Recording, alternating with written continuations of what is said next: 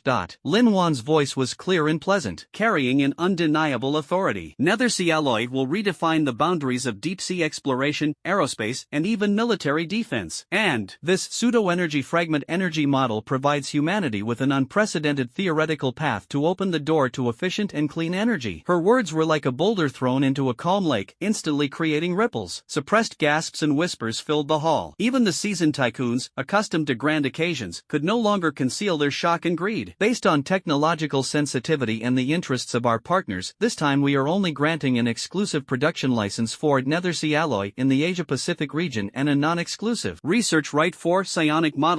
Lin Wan's red lips parted slightly as she threw out the final bargaining chip. Starting price, $5 billion.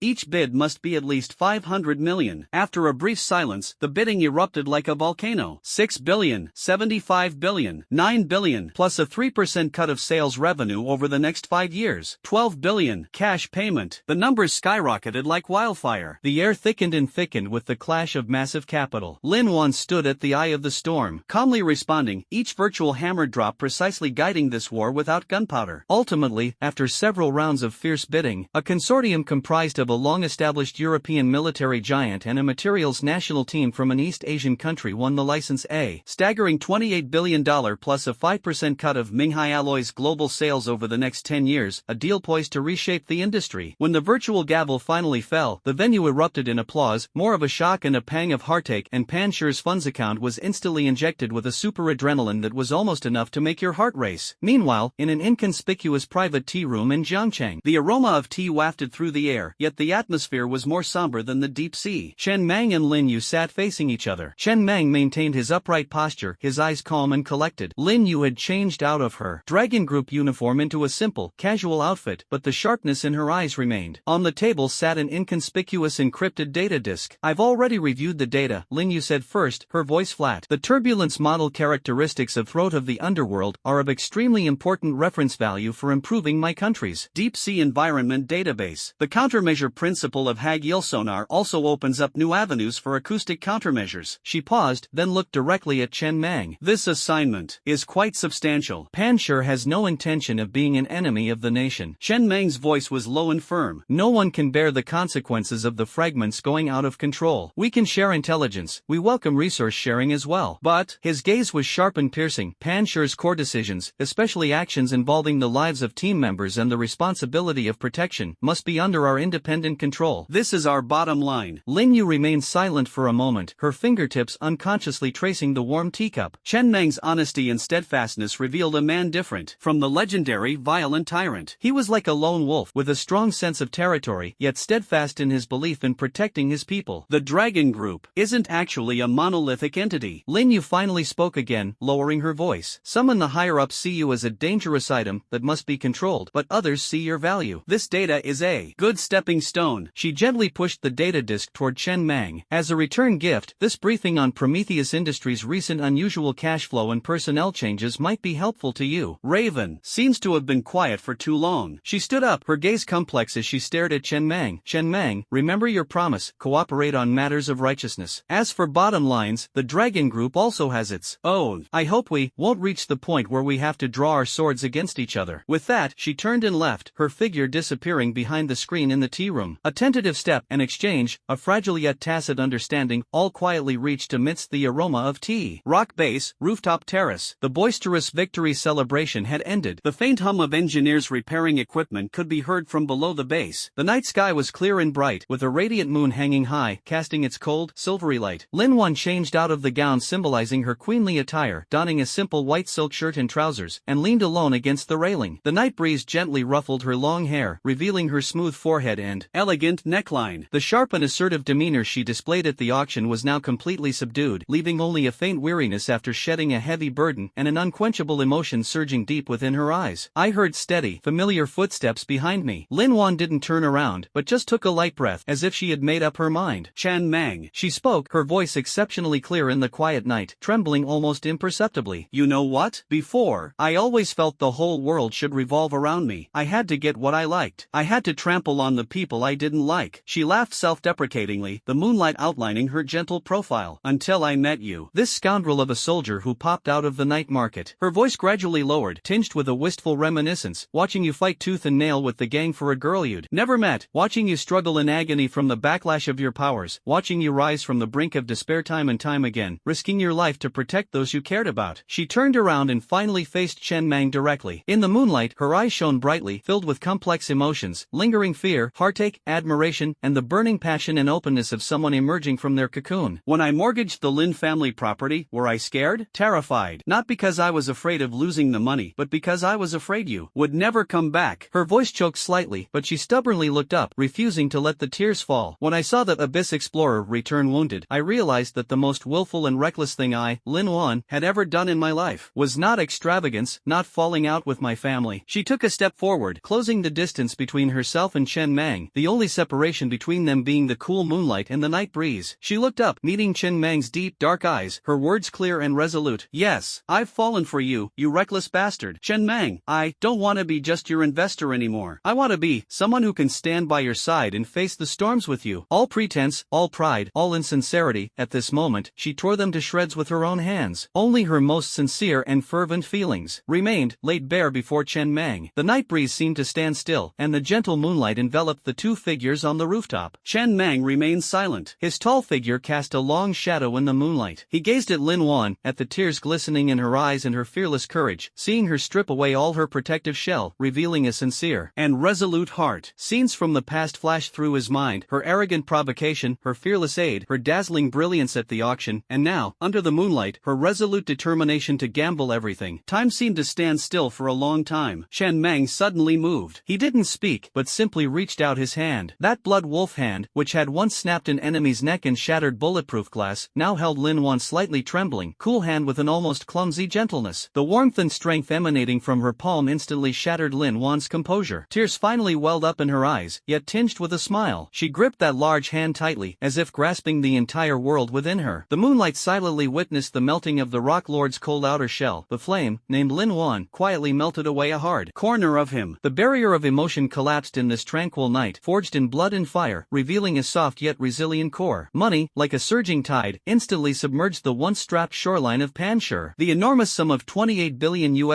brought not only dazzling figures on the books, but also a transformative storm from the inside out. The rock base, once a cramped industrial fortress, is now like a behemoth awakening, undergoing a frenzied expansion and transformation. Deeper underground levels are being excavated, revealing the core area of a deep security fortress capable of withstanding tactical nuclear strikes behind heavy alloy gates. The original training grounds have been expanded several times over, equipped with state-of-the-art anti-gravity simulation chambers, holographic tactical training grounds, and energy stress testing chambers simulating various extreme environments. The medical center is equipped with regenerative repair chambers and neural connection diagnostic equipment on par with those of the Dragon Group. Most extravagantly, there's Lioli's exclusive Abyss Laboratory occupying an entire floor, filled with priceless cutting-edge research equipment acquired through auctions and rare material samples from around the world, constantly radiating dazzling light and accompanied by Lioli's excited screams. Recruit! Recruit as many as you can. Director Zhao Jiangwo, beaming with pride, held the authorization order jointly signed by Lin Wan and Chen Mang, and frantically cast a wide net through his old connections in the military and special departments. Top intelligence analysts, the legendary hacker organization Matrix from the depths of the dark web, an international medical team with extensive battlefield first aid experience, and several highly skilled special operations tactical instructors who had retired for various reasons, like rivers flowing into the sea. They were all drawn to Panshur's abundant funds, advanced facilities, and the prestigious name of Blood Wolf Chen Mang. Panshur's framework rapidly strengthened, its muscles tightened, and it quickly grew from an elite special operations team into a super security contractor with a complete structure and diverse capabilities. The scope of their business has exploded. Escorting the results of a top-secret national research project, Panshur takes it. Defending the headquarters of a multinational energy giant in a war-torn region, Panshur covers it. Secret asylum for a political figure in exile from a small country, Panshur can provide that. Chen Mang signs contracts worth astronomical sums, yet his eyes remain unusually calm. He isn't obsessed with wealth, but rather, he cleverly weaves an invisible giant net using these high-end global business networks and intelligence network designed to capture the slightest traces of ravens and deep ones. Behind every contract may lie clues leading to the enemy's lair. The base's rooftop remains the best vantage point for enjoying the night breeze and starlight. Lin Wan stood leaning against the railing, a glass of red wine in her hand. The night breeze gently ruffled her slightly wavy long hair, and the moonlight shone on her delicate profile, making her appear less impetuous as a young girl and more composed and elegant as a professional woman. She gazed down at the vast, brightly lit base below, its machinery operating at high speed, a proud smile playing on her lips. Chen Mang silently walked to her side, keeping a step's distance, his gaze also fixed on the city lights in the distance. A strange atmosphere filled the air between them, closer than comrades in arms, yet separated by an invisible veil. The new intelligence chief, Amy, is very capable. The global anomaly analysis report she submitted today is insightful and profound. Lin Wan's voice was gentle, and she spoke of her work with a hint of composure. And that Matrix hacker group, White Dove had a sparring session with them and almost couldn't hold on.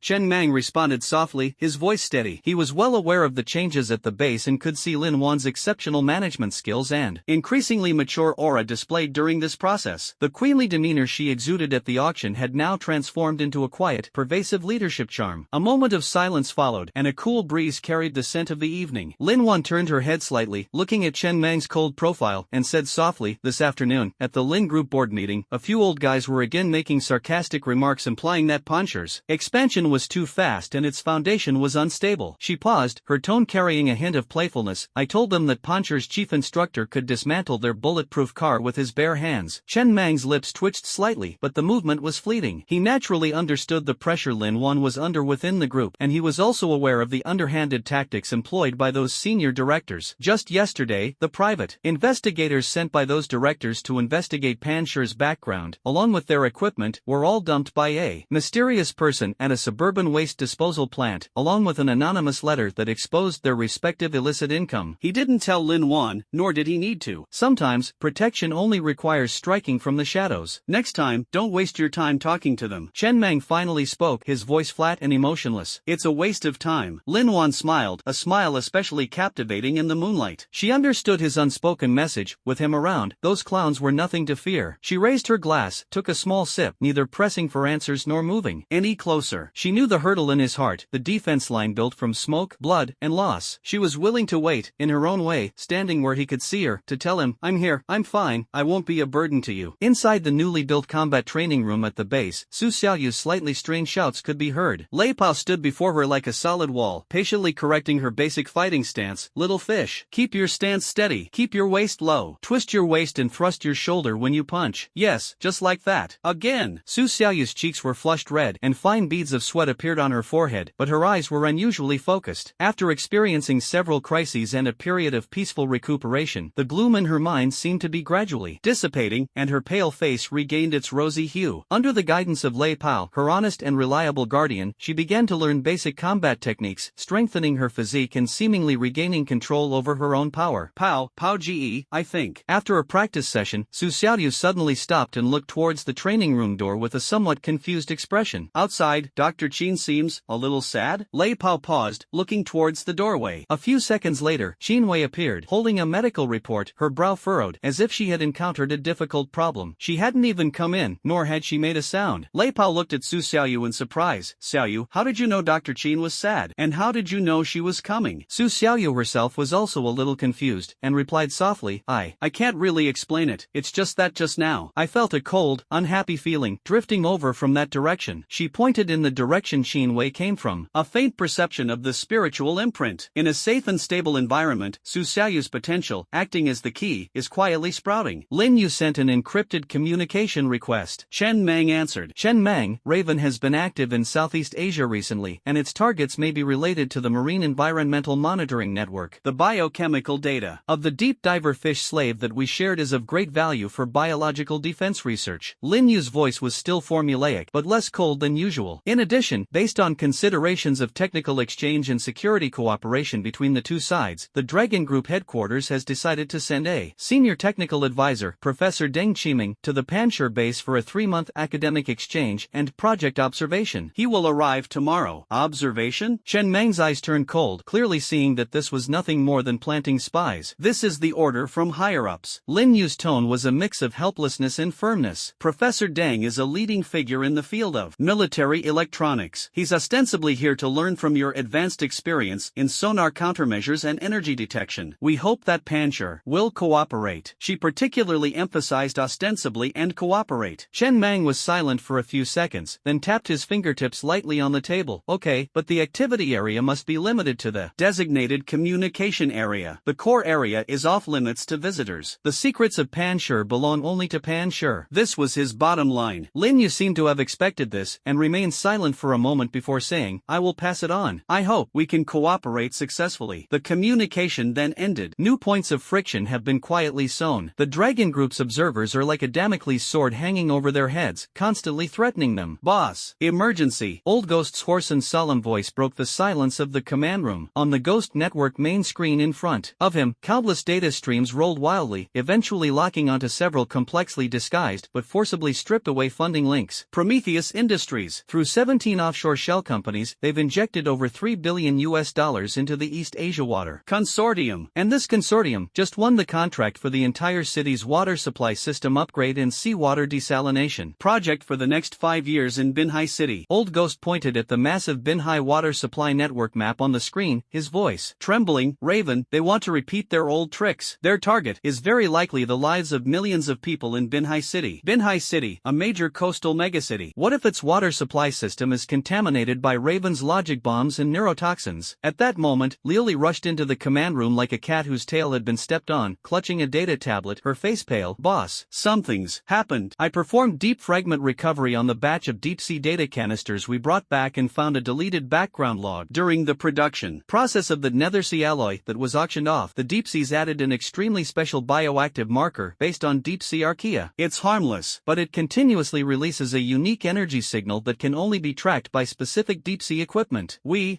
sold the trackers all over the world. It's as if the blow wasn't heavy enough. The alarm lights on the base's outer perimeter defense system suddenly flashed. The monitoring team reported reported, a very short, unidentified energy fluctuation has been detected. The intensity is weak, but it is malicious. The direction is unclear, pointing towards the northwest area of Jiangchang. Star Glory Observatory direction. Funding, development, emotions. The brief piece was utterly shattered. The tracking marks left by the deep ones are like leeches clinging to bones. The Raven's world-destroying plot has already begun. The Star Speaker's malice is like a cold blade hanging over our necks. The Dragon Group's eyes are about to be infiltrated. Although the treasures of the rock were piled up like mountains, an even more violent storm had suddenly surrounded them from all directions. The atmosphere in the command center of the rock base was as tense as a fully drawn bowstring. The vibrant energy brought by the huge sum of money was instantly overshadowed by the shadow of multiple crises. Chen Mang stood in front of the main control console, his gaze sharp as a knife, scanning the screen with a map of the vast water supply network of Binhai City, a global map marked with the spread of biological tracking signals and the direction of the source of the malicious law energy fluctuations detected outside the base, the Starshine Observatory. Lin Wan, I'm leaving the matter with the Binhai municipal government to you. Chen Mang's voice was firm and powerful. Use all the resources the Lin family can mobilize, under the pretext of national security, public safety, technical review, whatever the reason, exert pressure. Make the East Asia Water Purification Consortium project stop immediately. Stop it for as long as possible. Buy us time. Understood. Lin Wan's eyes were sharp, devoid of the gentleness she once displayed on the rooftop. She quickly picked up the encrypted satellite phone and strode towards the adjacent communications room, the sound of her high heels striking the floor firm and unwavering. At this moment, she was the head of the Lin family, the queen of the Pan-Shur business empire. Iron Hand, Wood Gang, Old Ghost, White Dove. Chen Mang called out. The four of you set off immediately and secretly infiltrate Binhai. The target is the headquarters of the East Asia Water Purification Consortium, the core node of their winning project, and especially Deep Blue Technology Company, which is responsible for the main control system integration. Dig out any clues of Raven's infiltration. Find where they might have planted logic bombs. Old Ghost will be in charge of on-site technology, White Dove will provide remote information support, Iron Hand will command, and Hua Gang will provide support. Yes, the four responded in unison, turning and leaving swiftly and decisively. The resources Pan-Shur had just acquired were now proving invaluable. Flawlessly forged identity, documents, state-of-the-art camouflage equipment, and a completely laundered private business jet would ensure they arrived at Binport as quickly and discreetly as possible. Lioli, Chen Mang's gaze turned towards the laboratory. Your sole mission is to develop a device that can block or remove those damn tracking markers. Whatever resources you need, just use the highest privileges. We're working on it with all our might, boss. Lioli's voice came through the encrypted channel, accompanied by the hum of high-speed machinery in the background. That thing is alive. It's a symbiote, cultivated by the Deep Ones using some disgusting archaea. To interfere with it, we have to simultaneously deceive its biological instincts and energy resonance frequency. Damn it. Give me some time. Time. Right now, the most precious and scarce resource is time. Entrance to the rock base. Buzz. A discreet black sedan slowly pulled in. The door opened, and a middle-aged man in his 50s, dressed in a simple gray jacket, wearing black-rimmed glasses, and with neatly combed hair, stepped out. He carried an old-fashioned leather briefcase, his expression serious, his eyes holding the scrutiny and inquiry characteristic of a scholar. This was Professor Deng Qiming, the technical observer sent by the Dragon Group. Chen Mang personally greeted him at the door, with a calm-looking and sharp-eyed intelligence analyst, codenamed Falcon, standing behind him. Professor Deng, welcome. Chen Mang extended his hand, his tone flat, revealing neither joy nor anger. Chief Instructor Chen, I've long admired your name. Deng Qiming adjusted his glasses, shook hands with Chen Mang with a moderate grip, but his gaze quickly swept over the defensive facilities at the base entrance and the expansion project in the distance, with a clear sense of assessment. Thank you, Pan-Shur, for providing this opportunity for exchange. I am very interested in your unique technologies in sonar countermeasures and deep-sea energy detection. Academic exchange is welcome. Chen Mang withdrew his hand and gestured to the side. Please, Falcon will be responsible for your itinerary and academic coordination during your stay at the base. Boom! Falcon stepped forward and said expressionlessly, Professor Deng, please follow me. Your office area, meeting room, and non-core laboratories that you are allowed to visit have all been arranged. This is your access card. Please pay attention to the area markings. He handed over a card, which clearly indicated green, allowed, and red, prohibited areas. Deng Qiming took the card, his gaze sweeping over the large red areas, especially the Abyss Laboratory and the core area of the command center. His brow furrowed slightly, and he almost imperceptibly uttered, Chief Instructor Chen, aren't these restrictions too strict? Real technical exchanges should allow for more in-depth observation. The secrets of the rock belong only to the rock. Chen Mang interrupted him, his tone resolute and leaving no room for doubt. The technology Professor Deng wants to see is sufficient for your exchange and learning within the permitted area. Falcon, take Professor Deng to his office area. After saying that, Chen Mang did not say anything more, turned around and strode towards the command center, leaving Deng Qiming standing there with a slightly somber expression. Professor Deng, please. Falcon's voice remained steady, yet carried an invisible pressure. Night falls in Hamiko City. No, the bustling coastal city was brightly lit, completely unaware of the undercurrents beneath. The 4 members of the Iron Hand Squad had already quietly dispersed and infiltrated, like drops of water flowing into the ocean. Old Gue, disguised as a technical consultant for a municipal pipeline maintenance company, brazenly entered the archives of the East Asia Water Purification Consortium carrying forged documents and a sophisticated scanning device disguised as a toolbox, his target being the original technical parameters of the project tender and the list of subcontractors. Huagang, leveraging the high-level connections newly acquired by Panshur, contacted several mid-level officials of the Binhai City Water Resources Bureau as a special envoy of an international environmental organization. Over drinks, he subtly extracted information about the integration details of the Deep Blue technology main control system and recent anomalies. Bai Gu remotely oversaw the operation from the temporary safe house, her fingers flying across the keyboard like a spider weaving its web. Using the top-tier springboard provided by the Matrix team, she silently infiltrated Deep Blue Technology's internal network, bypassing layers of firewalls to search for any suspicious backdoors, abnormal login records, and communication traces with suspected overseas IP addresses. Iron Hand Huajinting, like a shadow in the city, acted alone. He had no fixed target but silently patrolled the vast main water supply pipeline of Binhai City, especially near the newly built seawater desalination plant of the East Asia Water Purification Consortium and several key booster pump stations, like the most precise detector. His eyes, which had survived countless life and death trials, meticulously observed the gaps in security patrols, blind spots in surveillance, and any abnormal energy fluctuations or personnel movements. Withdraw. Hours later, information began to converge in the encrypted channel. Old Ghost, I've pinpointed the key point. The model of the core processor in the main control system of the consortium's final winning bid is completely different from what Deep Blue Technology promised. In its initial bid, it's been replaced with a black box product manufactured by a subsidiary of Prometheus Industries. The performance parameters are vague and the interface protocol is not disclosed. Huagang, people from the Water Resources Bureau, after drinking, revealed the truth. The project manager of Deep Blue has recently been replaced. He is a complete stranger who acts in an extremely mysterious manner and has ridiculously high security requirements for the control room, making it difficult even for their own people to enter. White Dove, confirmed. Deep Blue Technology's internal network hides an extremely secretive data channel. All logs related to the core modules of the main control system are being transmitted in real time to an encrypted server located in the Cayman Islands. The receiver's signature matches the server debris related to Raven by a 99% accuracy. They have clearly tampered with the main control room. Iron Hand, key target identified. The main control room of the number 3 water purification plant in the Binhai West District. It is responsible for 40% of the city's water supply scheduling and is also the core control node of the new desalination plant. The security level is the highest, which meets the abnormal requirements of Deep Blue. There are no blind spots in the external monitoring, but the internal situation is still unclear. The core of Binhai's conspiracy points directly to the heavily guarded main control room of the water purification plant, the designated academic exchange meeting room at the Panshur base. The atmosphere is a bit eerie. Professor Deng Qiming sat upright with his notebook open in front of him, attempting to discuss the principle of broadband sonar active jamming based on the Doppler effect with Liuli, who was in charge of communication. Liuli, with her messy hair and lab coat stained with unidentified dirt, had an energy bar dangling from her mouth, spitting as she spoke. Doppler? That's too primitive. We're using a field covering deception based on the principle of inverse collapse of secondary harmonics in energy turbulence. Simply put, it's simulating a fake signal source that looks more like a deep sea rock than the real target, making the opponent's sonar actively treat the rock as the target. The core lies in the instantaneous capture of the target sonar emission spectrum, the phase accuracy of nonlinear distortion amplification and feedback, which must be controlled within 1/1000th of the Planck time scale. Oh, and we also need to superimpose a background noise randomization module based on the quantum tunneling effect to prevent it from being detected by spectrum analysis. Deng Qiming, walk. His hand, adjusting his glasses, trembled slightly. What laws of energy? What Planck timescale? Quantum tunneling used to create noise? These were completely beyond his comprehension. He tried to ask questions, but Liuli immediately bombarded him with even more obscure theories filled with self-invented jargon. This wasn't communication, it was a one-sided crushing of knowledge. Looking into Liuli's seemingly fanatical but actually cunning eyes, Professor Deng finally understood that trying to extract core technology from this mad scientist scientist was virtually impossible. For the first time, he felt a profound sense of powerlessness regarding his observation mission. Base rest area. Lei Pao paced restlessly, like a bear trapped in a cage. The actions in Bingang, the safety of Xiaoyu, and the ubiquitous tracking markers and malicious scans all made him uneasy. Su Xiaoyu sat quietly on the chair beside him, holding a cup of hot milk. She watched Lei Pao's anxious expression, her brow furrowing slightly. Closing her eyes, she tried to concentrate, attempting to sense the uncomfortable, heavy atmosphere surrounding Lei Pao. Gradually, an extremely faint yet exceptionally warm feeling, like the gentlest spring sunshine, softly and clumsily brushed towards Lei Pao. Lei Pao, who was pacing, suddenly froze. An indescribable sense of calm, like the flow of warm water, soothed the anxiety in his heart without warning. He turned his head blankly and looked at Su Xiaoyu, whose eyes were closed and whose face was a little pale. "Little fish, is that you?" Su Xiaoyu opened her eyes, a slightly tired smile on her face. "Brother Pao, don't worry, everything will be alright." This was the first time she had taken the initiative to try to use the power of the brand to comfort someone. Although it was weak, it was a huge breakthrough. Chen Meng stared at the real-time data and location information transmitted back by the Binhai team, his fingers tapping on the control panel as he formulated a detailed plan to storm the control room. Suddenly, the team member responsible for monitoring the energy around the base urgently reported, "Alert! Energy fluctuations of the laws have been detected at the former site of the Starshine Observatory in the northwest. The intensity is 30% higher than last time, and the duration is longer. It has obvious, location scanning characteristics. It is trying to lock onto the core energy source of our base, Star Essence/Su Xiaoyu." The malice has escalated. The Star Speaker is no longer content with just warnings and has begun actively searching for targets. Chen Meng's eyes suddenly turned as cold as ice, as if the permafrost of the far north would never melt. "Strengthen all energy shielding at the base. Activate the highest level of anti-location protocol. Tell Lioli, the jammer development, hurry." His voice, as firm and powerful as tempered steel, delivered a cold, decisive blow in this command center fraught with crisis. Pancher, already caught in the storm, had no way out. The number 3 water purification plant in the west district of Binhai City stands as a massive concrete building, a silent fortress exuding a chilling aura in the night. Beams of searchlight, like sharp swords, sweep across the towering walls and dense network of surveillance cameras. This is one of the city's lifelines for water supply, and its security is extremely tight. 2 figures almost blended into the shadows, clinging to the back of a large cooling water pipe deep within the factory area, as stealthy as geckos. Those were Iron Hands, Huajinting and Hua Gang. They wore specially designed optical camouflage combat suits, capable of distorting light and achieving temporary optical invisibility under certain angles and lighting conditions. "White Dove, how much longer is left in the B-zone surveillance loop coverage?" Iron Hand's voice came through the encrypted channel, deep and resonant like the friction of rocks. 15 seconds left. The A-sector patrol just turned the corner and will be back in 30 seconds. The ventilation shaft entrance is just 3 meters above and to the left of your heads. The shaft opening is equipped with a vibration sensor and must be physically shielded. White Dove's voice was fast and clear. Iron Hand looked up, his gaze fixed on the circular ventilation shaft covered by barbed wire overhead. He gestured to Hua Gang. Hua Gang understood, quickly pulling a palm-sized, slightly shimmering blue sheet from his tactical backpack, the latest shadow signal jamming patch. He leaped up silently like a cat, precisely attaching the patch to the vibration sensor housing at the ventilation shaft opening. A faint blue light flashed, and the sensor's indicator light instantly went out. Iron Hand moved almost simultaneously. With a powerful push off the rough pipe walls, his body soared upwards as lightly as a feather. The calloused Iron Hand precisely gripped the edge of the ventilation shaft, and with a burst of strength from his 5 fingers, the alloy grill was silently torn apart like paper. He shrank back, slipping into the dark ventilation duct like an eel, with Hua Gang close behind. The pipes were thick with dust and the smell of engine oil, and were narrow and winding. Using the night vision and thermal imaging capabilities of their individual helmets, the 2 men swiftly navigated the complex pipe maze, avoiding internal monitoring cameras, their target being the equipment layer beneath the core control room. Meanwhile, Lao Gue, disguised as a technician performing late-night maintenance, entered the equipment distribution room next to the main control room using a forged access card. He opened a precision scanner disguised as a toolbox and conducted a non-contact deep scan of the core cabinet in the main control room through the wall. A complex stream of data swept across the screen like a waterfall, and suddenly several abnormal energy waveforms and encrypted data packets were highlighted. "Found it." Old Ghost's voice suppressed excitement and a hint of fear. "Logic bomb, deeply embedded in the root directory of the water supply network control system. The physical carrier is integrated inside the main control core processor. The energy reading is activated and ready to go. The risk of dismantling is extremely high. Any physical contact or software uninstallation could trigger the self-destruct program or be remotely detonated." "Damn it. it. This bomb is like a time bomb pressed against the temples of millions of people in Binhai City. As if to confirm his words, wah-ah! A piercing intrusion alarm blared without warning throughout the entire factory area. Red lights flashed wildly. We've been exposed. It wasn't us. It was Group C's Spider who triggered the hidden alarm when they tried to connect to the backup power line. White Dove's voice was filled with frustration. The cleaners have moved. Target, the main control room area. Extremely fast. Iron Hand and Hua had just crawled through the ventilation ducts into the area beneath the main control room, a place filled with thick pipes and server racks, when the heavy alloy blast-proof door was violently slammed open. 6 figures, their bodies covered in matte black exoskeletons and wielding compact energy weapons, rushed in like ghosts. They moved swiftly and coordinated perfectly, their eyes cold, their helmets and visors flashing the dark red Raven insignia. It was the elite scavenger squad of Raven. Take them down. Protect the hive. Logic Bomb codename. The leader of the scavengers' voices were processed with a voice changer, sounding as harsh as metal scraping. Da-day-day-day. Sizzle. The hiss of energy weapons and the roar of live ammunition instantly tore through the deathly silence of the equipment layer, and dense firepower quickly covered the hiding place of Iron Hand and Hua Gang. Take cover. Hua Gang roared, his massive body slamming into a heavy backup transformer, dodging several beams of scorching energy. His large-caliber assault rifle spat out angry tongues of fire, suppressing the enemy's advance. Iron Hand, like a hunter slithering into the shadows, moved stealthily through the cold pipes amidst a hail of bullets, using the massive cabinets and crisscrossing pipes as cover. A scavenger attempted a flank attack, barely revealing himself before Iron Hand slid down from above like a ghost. With a piercing whistle that tore through the air, Iron Hand precisely struck the vulnerable neck joint of the opponent's exoskeleton. Crack! A sickening metallic snapping sound rang out. The scavenger's head tilted to one side at an eerie angle, and its body crashed to the ground. Target in close combat, dangerous. Create distance. The scavenger squad's formation was slightly disrupted. Old Ghost, copy the data quickly. Try to interfere with the signal connection. Iron Hand roared, his figure disappearing into a cloud of steam once again. Old Ghost was frantic in the power distribution room, his fingers flying across the scanner. Data is being copied. Interference. The interference effect is weak. The other side's signal encryption level is extremely high, and they also have physical cable backups. White Dove, I need you to attack their remote command channel from the outside. Install the remote controller. Attacking with all our might. The enemy has a multitude of experts. Damn it, it's Raven's code. Top-tier hackers. White Dove's voice was filled with the tension of a battle. Inside the equipment room, the battle was fierce and protracted. Hua Gang's heavy firepower suppressed the enemy's frontal assault, but his exoskeleton offered extremely strong protection. Iron Hand was like a deadly ghost. Each appearance was accompanied by the fall of a scavenger, whether their joints were dislocated or their weapons were taken. However, the enemy's numerical superiority and crossfire made his every step a nerve-wracking ordeal. The air was thick with the smell of gunpowder, ozone, and blood. Data copy complete. Jamming failed. They've strengthened the signal connection. The bomb could detonate at any moment. Old Ghost's voice was filled with despair. Iron Hand kicked the approaching cleaner away, his eyes quickly sweeping across the heavily guarded entrance to the control room, then fixed on the chilling red dot on the screen representing the bomb. He made his decision in an instant. Spider, deploy the frost gel isolation barrier on the main pipeline leading to the control room. Maximum dosage. Hold out for as long as possible. Hua Gang, Lao Gue, take the data and get out of here. Execute. Hua Gang didn't hesitate. He grabbed the data storage card that Lao Gue handed him and retreated towards the nearest evacuation route while providing cover fire. Iron Hand held the rear, standing like a rock in front of the pursuing scavengers, wielding 2 high-frequency vibrating daggers. Seized from the enemy in each hand, his figure transformed into a whirlwind of death within the confined space. The strangulation techniques displayed by the flow of strength and flexibility underwater were even more terrifying on land. Every block, deflection, and counterattack was precise to the millisecond, carrying deadly efficiency, tearing a bloody path for his teammates. When the last pursuing scavenger collapsed to the ground with his neck snapped by Iron Hand, the massive main pipe leading from the equipment floor to the control room had already been completely sealed off by a rapidly spreading, chilling blue gel. The frost gel could freeze and physically isolate the spread of contaminants in a short time, but at the cost of potentially damaging the pipes due to the low temperature, and it could only delay the spread, not eradicate it. The squad, carrying bloodstain evidence, disappeared into the darkness of the evacuation tunnel. Behind them, bombs threatened to engulf the harbor at any moment, and the Raven roared madly. Rock Base, Abyss Laboratory Buffer Zone. Professor Deng Qiming's heart pounded. Using the excuse of discussing a key acoustic algorithm problem with Lioli, he slipped into the strictly marked buffer zone during a brief moment when Falcon, responsible for accompanying him, was temporarily summoned for communication. What he saw before him left this military industry giant utterly astonished. Behind the transparent observation ventilation windows on both sides of the corridor were test benches for unknown materials, shimmering with an eerie light, a giant cavity simulating the ultra-high pressure of the deep sea, and a ring-shaped device in operation, emitting heart-pounding energy fluctuations. The distorted light and shadow at the center of that device was remarkably similar to the low-energy turbulence simulation diagram he had seen in the Dragon Group's top-secret files. What made his heart stop even more was that several hand-drawn concept drawings were scattered on the open workbench, with the title boldly proclaiming, Low Energy Turbulence Field Generator based on Stellar Marrow Resonance, Concept Proof Stage. Like Columbus discovering a new continent, Deng Qiming trembled as he pulled out his miniature camera and snapped several photos of the concept images. Just as he took the last picture and was about to quietly slip away, Professor Deng, are you lost? A cold voice came from behind, as chilling as if it came from the deepest hell. Deng Qiming froze, cold sweat instantly soaking his back. He turned stiffly, only to see Falcon standing silently behind him, his eyes sharp as knives, accompanied by two expressionless, imposing members of the Pancher security team. The miniature camera in his hand was being stared at intently by their gazes. I was just curious. I went to the wrong place, Deng Qiming explained in a dry voice. Buffer zone, unauthorized personnel are prohibited from entering and taking photos. Falcon's voice was calm and even as he held out his hand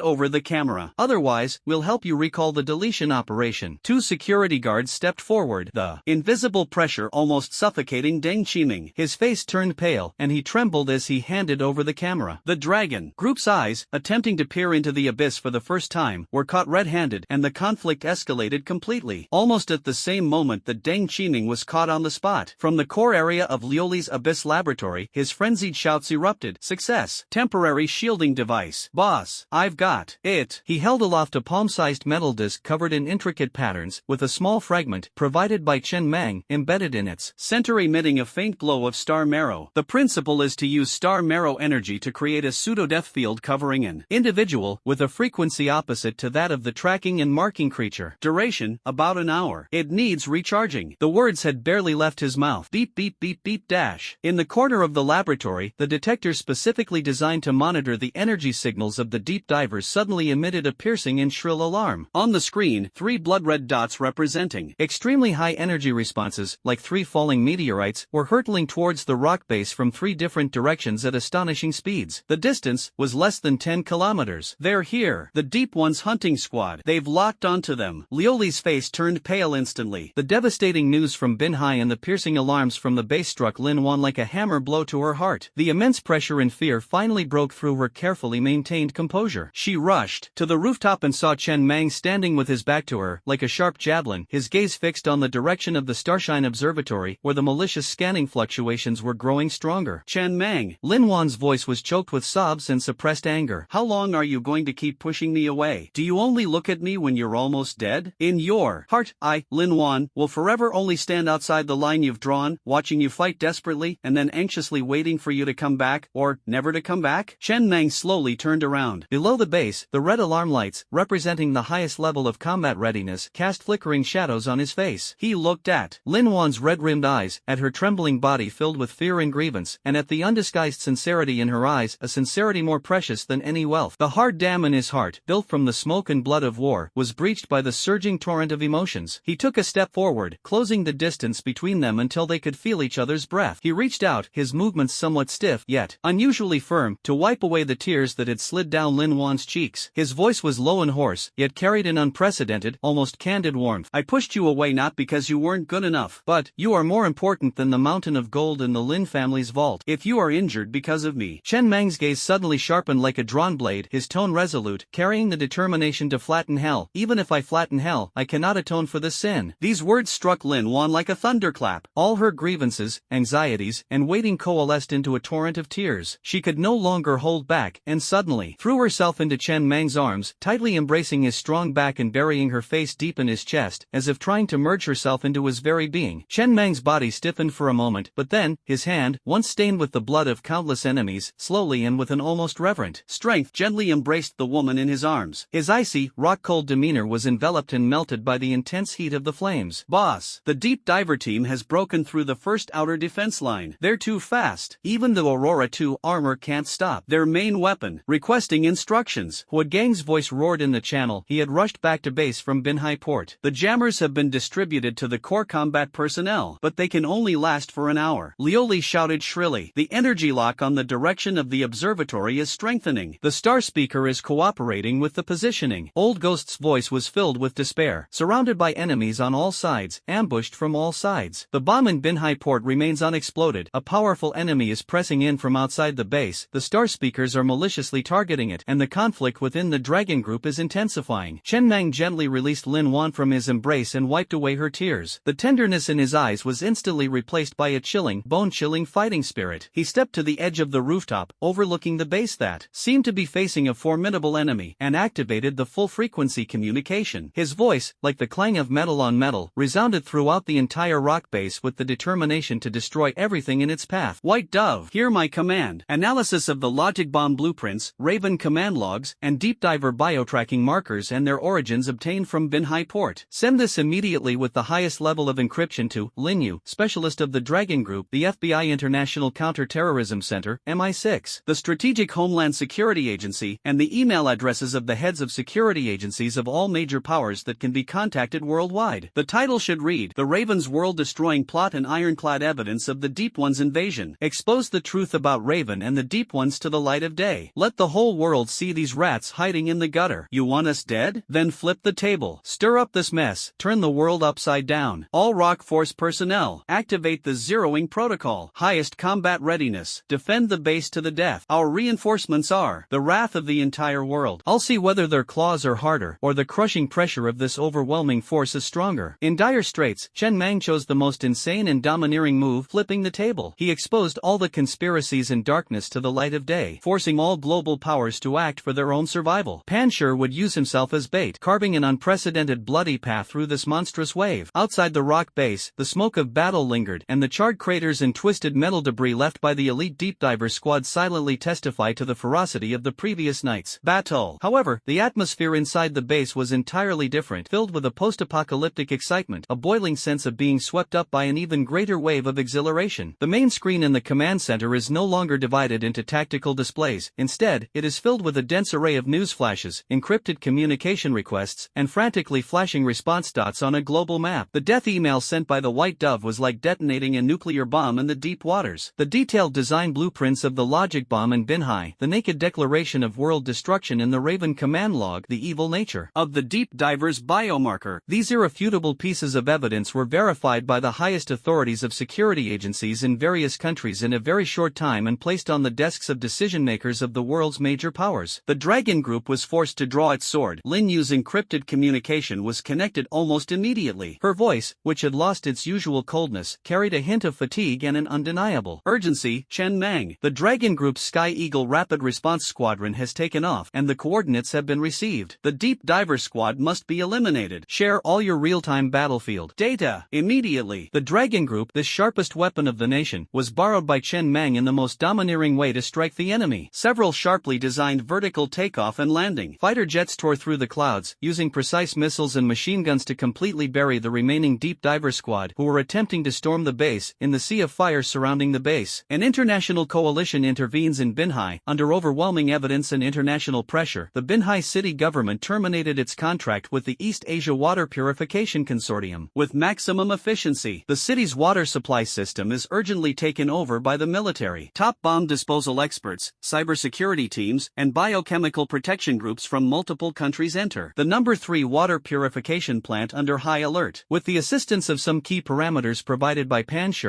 brought back by the Iron Hand team, after more than 10 hours of breathtaking operations, the logic bomb hanging over the heads of millions of citizens was finally successfully isolated and defused. The news caused a global uproar, and Prometheus Industries' stock price instantly collapsed. The apocalyptic siege of Raven and the Deep Ones, Raven's iconic dark red Raven emblem has landed them on the global wanted list. International investigations, financial sanctions, and covert arrests against Prometheus Industries and its Department Zero have been launched in full swing. Deep Ones, once considered an urban legend, is now the highest level target of security agencies worldwide. Known and suspected international outposts, financial channels, and partners have all faced unprecedented purges and crackdowns. They've become universally reviled. The rock in the eye of the storm. When the world's attention was focused on this massive wave, the rock at the center of the storm was not torn apart, but instead, like a phoenix rising from the ashes, it shone with unprecedented brilliance in the flames. The prestige of zeroing out, the wreckage of the elite deep diver squad on the outer perimeter of of the base, along with the intact core facilities inside, became the most awe-inspiring symbol of Rock's strength. Blood Wolf Chen Mang's ruthless decisiveness, and the terrifying combat power that Rock security unleashed. In dire circumstances, with the support of the Dragon Group quickly spread throughout the global underworld and top security circles via certain covert channels, Rock's reputation was no longer limited to Jiangchang but became synonymous with unshakable, daring to overturn tables, and unfathomable strength. Business boom and strategic upgrade. The command center's communication lines were almost overwhelmed. The Nordic Energy Security Department is inquiring whether it is possible to provide a comprehensive active defense system for deep-sea nuclear facilities, with an unlimited budget. A royal family in the Middle East has invited Rockstone to undertake the reorganization of its royal guard and security for its core palace complex. The contract amount is negotiable. The FBI's International Counter-Terrorism Division is seeking to establish intelligence sharing and joint operations mechanisms in specific regions. Sky-high orders and strategic cooperation intentions poured in like snowflakes. Lin Wan became the busiest person. She moved between virtual meeting rooms and encrypted communications, dressed in a sharp business suit, her words and actions exuding the confidence and sharpness of a leader. She represented not only the Lin family but also the commercial and diplomatic reach of the newly formed behemoth Panshur. Leveraging this advantage of being in the spotlight, she cleverly transformed the crisis into unparalleled capital, screening partners, setting demanding yet reasonable conditions, including priority for intelligence sharing and discounts on technology procurement, firmly binding Panshur to the high-end global chain where interests and security intertwine. Dragon Group cooperation takes place. Although the threat from the Deep Ones had temporarily subsided, the Dragon Group members did not leave. In a rigorously secure conference room, Lin Yu, representing the Dragon Group, and Shen Meng, representing Panshur, signed a meticulously worded memorandum of understanding on strategic security cooperation between the Dragon Group and Panshur Security Company, Limited, in the presence of Director Zhao Jiangwo. The core contents included: within the national security framework, the Dragon Group provides Panshur with some non-core intelligence support, mainly targeting the international activities of Deep Divers and Raven. Rock is obligated to give priority to selling to Dragon Group the non-weapon defensive technologies, such as upgraded sonar countermeasures equipment and high-efficiency energy shield generators that are reverse-engineered based on the technologies, Observatory and Deep Diver, obtained in this operation. The Dragon Group tacitly and limitedly supervises Panshur's autonomy and its core responsibilities such as protecting Su Xiaoyu and responding to supernatural threats. Meanwhile, Professor Deng Qiming, who was quietly recalled by the Dragon Group for misconduct, had a potential internal conflict temporarily suppressed by this fragile cooperation. Eliminate future threats. Iron Hand shatters the Starlight platform. With the base crisis resolved, the pressure from global scrutiny was temporarily shared by various national agencies. Chen Meng remained vigilant, knowing full well that he could not rest easy until the thorn in his side was removed. Iron Hand. Chen Meng's gaze was fixed on Huojianting. Bring the sharpest blade from Sharp Blade. Target, Starshine Observatory. Mission, sweep away the star. Speakers, destroy the observation array, and seize all research data. Equip everyone with the glass shield. I'm going to turn that place into a true ruin. Yes. Huojianting clasped his hands in acceptance, his eyes filled with icy fighting spirit. He personally selected an elite assault team, equipped with temporary jammers and the latest Aurora 2 armor, and they quickly assembled the Stellar Observatory. The massive white dome still exudes an eerie aura in the night, but its interior is no longer abandoned. Complex. Energy pipes have been relayed out, and a ghostly blue light flows among the damaged instruments, forming small defensive energy fields. The battle was a foregone conclusion, yet it was still incredibly thrilling. The Iron Hand squad was like a rhinoceros that had stormed into a china shop. The glass shield effectively interfered with the Star Speaker's detection methods, which relied on the energy of the laws and some of their traps. Facing those fanatical but limited-powered Star Speaker's guards, mostly brainwashed technicians and a few low-level modified beings, Iron Hand Huojianting displayed a devastating dominance. He needed no weapons. His figure moved like a ghost through narrow passages and observation rooms filled with energy traps. The art of combining strength and gentleness, transformed into the purest form of destructive art. A flick of his hand twisted and destroyed sophisticated instruments. Punches and kicks shattered energy nodes. Joint locks dismantled the metal limbs of modified bodies as easily as toys. He was like a humanoid dismantling machine, leaving sparks, screams, and utter chaos in his wake. Any energy beams or physical attacks that attempted to block him were either dodged at incredible angles or blasted away with overwhelming force. In less than half an hour, all resistance was completely crushed. Inside the massive observation dome, the central circular array, symbolizing the source of the Star Speaker's power, was completely melted down by Iron Hand using a high-energy cutter he had captured. Inside the core control room, they found only a gaunt figure shrouded in a tattered, star-patterned robe, speaking through a synthesizer desecrated consecrators, the will of the stars, will return, you cannot escape the judgment of the gate. Before he finished speaking, he abruptly pressed a hidden button on the control panel. A blinding white light instantly filled the entire room. A violent explosion engulfed the control panel and the figure. With his beast-like instincts, Iron Hand snatched a multifaceted crystal, the incomplete core of law, from the figure just before the explosion, which emitted a faint starlight and was constantly twisting and changing. He also salvaged several broken hard drives containing a large number of distorted star maps, strange runes, and research on the energy model of the door from the wreckage of the destroyed control console. The Starry Observatory, a malignant tumor that had plagued Jiangcheng for many years, has finally been completely eradicated. However, the mad self-destruction of the core of the star speakers and the secret of the gate left behind have cast an even deeper shadow in the darkness. Rock Base, late at night. The noisy negotiations and battle report processing came to a temporary halt. The base entered a period of exhaustion yet hopeful tranquility, characteristic of its rapid development phase. The lights at the expansion site remained bright, but order had been restored to the core area. Chen Mang rubbed his throbbing temples as he walked out of the command center. At the corner of the corridor leading to the living quarters, he saw Lin Wan, leaning alone against the window, rubbing her wrist. Moonlight streamed through the window, illuminating her slightly tired but still beautiful profile. Chen Mang paused, then walked over. He didn't speak, but simply took off his coat, an ordinary training uniform jacket, and awkwardly draped it over Lin Wan's shoulders. Lin Wan's body trembled slightly as she looked up and met his eyes. There was none of the intense emotions they'd shared on the rooftop, nor the elation of surviving a disaster, only a settled, unspoken understanding and a gentle warmth. She pulled her coat, still warm from Chen Mang's body heat, closer, a tender smile curving her lips, and asked softly, "At the observatory?" "It's resolved. Iron Hand is back." Chen Mang's voice was low. "He retrieved some things, but he also left behind some trouble." Lin Wan nodded, not asking for details. "Are you hungry? There should be some late-night snacks in the kitchen." The two walked side by side down the quiet corridor, heading towards the cafeteria. The moonlight cast long shadows of them. This moment of peace and companionship was the most precious reward after the carnage. When Yuan's spirits seemed to have improved briefly due to the dramatic changes in the outside world. Looking at the incomplete observatory data brought by Chen Mang, the core of the law was tightly sealed. His turbid eyes showed even deeper worry. Chen Mang overturned the table. "Well done." It forced the demons and monsters to reveal themselves, and also gave Panshur the opportunity to grow stronger. When Yuan's voice was weak but clear, "But do not be deceived by this temporary calm." His withered fingers trembled as he pointed to the distorted star charts and energy model fragments related to the door. "The storm is only temporarily over. The deep ones, the ravens, even the beings behind the star speakers, are licking their wounds, gathering strength. The door is the final calamity. Su Xiaoyu, fragments, time is running out." His words struck Chen Mang like a warning bell. Beneath the global spotlight, a deeper darkness was brewing. The coffers of the rock were full, and allies had multiplied, but the journey to guard the final gate remained long and perilous. This brief respite was to prepare for an even grander and more brutal journey. Rock Base, the core isolation zone of the Abyss Laboratory. The air seemed to freeze, leaving only the low hum of the energy stabilizer and Liuli's heavy breathing. He wore a heavy protective suit and stared intently at the trophy suspended in the center of the vacuum chamber through the multi-layered composite force field observation window. The incomplete core of law from the Starshine Observatory resembled a forcibly condensed miniature nebula, exhibiting an irregular, multifaceted shape. Its surface wasn't substantial, but rather a slowly twisting, flowing, collapsing, and reforming stream of deep blue energy, its interior seemingly imprisoning the birth and death of billions of stars. Pure and stable, yet containing a terrifyingly powerful force. This feeling was completely different from the raging star marrow within Chen Mang's body, and also distinct from the passive perception imprinted on Su Xiaoyu. It was more like some kind of tamed or highly purified source of law. "It's so beautiful, it's so terrifying." Liuli's voice came through the communication, filled with fascination and awe. He carefully manipulated several extremely weak probe waves to sweep across the core. The moment the probe wave touched the core, a sudden change occurred. The military tag fragment that Chen Mang wore close to his body, originating from the fragment of the original law, suddenly became scorching hot. A strong desire to devour surged from his Dantian star marrow, as if a hungry beast had discovered an unparalleled delicacy. Almost simultaneously, in another part of the base, Su Xiaoyu, who was undergoing mental meditation under Qinwei's guidance, suddenly trembled. The deep blue light of her mental imprint burst out uncontrollably, forming a faint halo, and her small face was filled with pain and confusion. Meanwhile, the energy flowing through the core of the law, which was suspended in the vacuum, suddenly accelerated, releasing resonant ripples that were highly compatible with the frequency of the star marrow and the imprint. The three elements formed a mysterious and unpredictable energy resonance that transcends space. Resonance, a strong resonance of the same origin. Liuli excitedly recorded the data. Boss, your star essence wants to devour it. Little Fish's imprint is responding to it. This core is definitely a high-level law creation. The star speaker uses it to study and even the key or transit station for communicating with the gate. When Yuan's hospital room became another silent battlefield. The withered old man leaned against the bed with a shattered data hard drive brought back from the observatory floating in front of him, projecting distorted star charts, eerie runes, and complex energy models. His face was more ashen than ever before, and each breath was a wheezing, bellows-like sound, but his cloudy eyes burned with an astonishing light, as if they wanted to burn away the last vestiges of his life in one go. Cough, cough, I've spelled it out. The gate of eternal silence. When Yuan's voice was weak but penetrating, he pointed to a Siberian wasteland marked with emphasis, covered with endless ice and snow. Coordinates: 72° 15'